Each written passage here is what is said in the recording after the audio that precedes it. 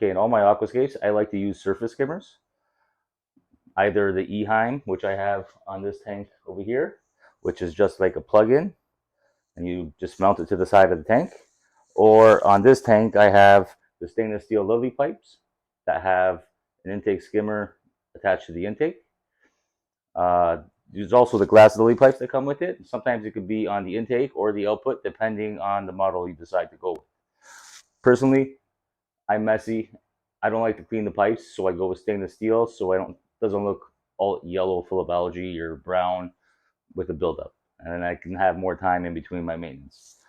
Okay, here's a closer view. You can see my skimmer. I have it upside down because it was bobbing up and down earlier. So I just did that just to save the fish from getting sucked up. So here I'll show you what it looks like. You're gonna see it's gonna start, it spins fast and then starts going under, which is not safe for the fish or shrimp because they can get sucked up. And it starts pulling in air. And then you can see the output here is blowing a lot of bubbles. So the canister is taking in air, which is not good for the longevity of your canister. So the ways you can fix this is, well, you have to stop that from bobbing. At the bottom here, where the intake is, there's a valve. You have to make sure it's adjusted so it's all the way open so it could suck in as much water as it can from the bottom and not pull more pressure from the top. Sometimes it works fine. Sometimes it gets clogged with plants or debris and you have to clean it out. Then sometimes that still doesn't work. Sometimes maybe your canister is a little too powerful for this model intake. So you could adjust it. You have to adjust the pressure of your output or your output and input. Let me move this out of the way. So I'm running two Oase Biomaster 600s on this tank. And you can see here, there's the intake and output. You can adjust this. I kind of broke this clip, so I have to use two hands to adjust this. Okay, to adjust the flow, let me get rid of this. I'm running two Oase Biomaster 600s on this tank. To adjust the flow, you can just turn this. It reduces the amount of flow. Not all, you don't push it all the way, or you can pop off your whole input and output.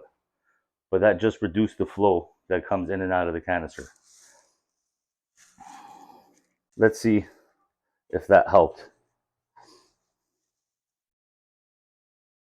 It's not bobbing anymore. There's no more bubbles coming out of the output. It looks like that actually fixed the issue. But I'm not happy with that just yet. I think I'm still going to pull this intake off, and I'm going to give this a good clean and add it back in. Okay, first I'll shut off the power. Now the power's off. I'll turn these valves all the way, so now it's completely closed.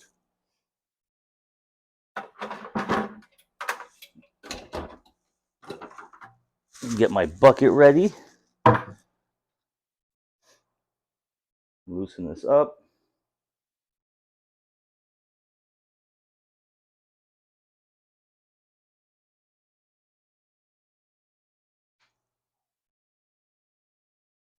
Let that drain some water.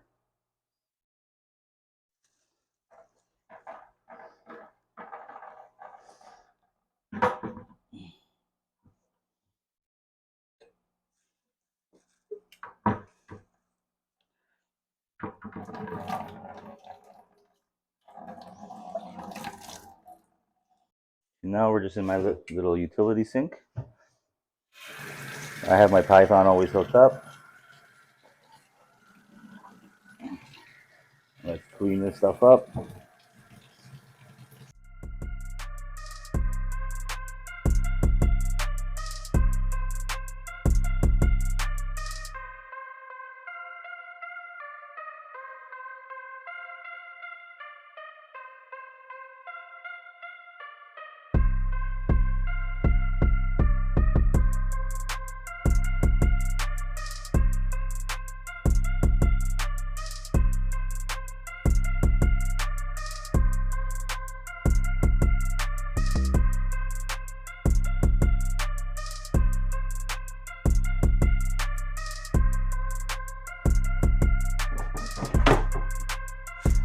we're going to attach the intake back to the tubing.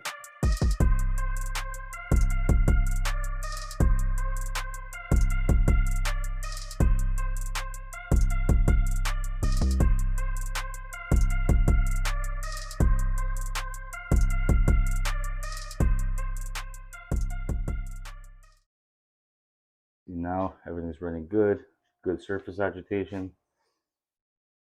You can see my other intake here, there's no skimmer on it. I only need one. Like that, I don't have issues on both sides of the tank, it's just one. This one works perfect. Output goes across. I have the CO2 here, so it kind of pushes the CO2 back down before it reaches the surface. Then it comes back around, and then that output pushes across the whole back again. This scape is actually looking really good. I just trimmed it a couple days ago. The only issue I'm having is you can see there's some hair algae, but the moss is growing. I might rip that all off and just let whatever moss is actually attached to the wood just regrow. It's only in a couple spots on this one log because I think it's close to the light. And then on this one here, the fallen log, there's a couple patches you can see hair algae. Things due for a water change, but that's really the only algae I'm seeing in here.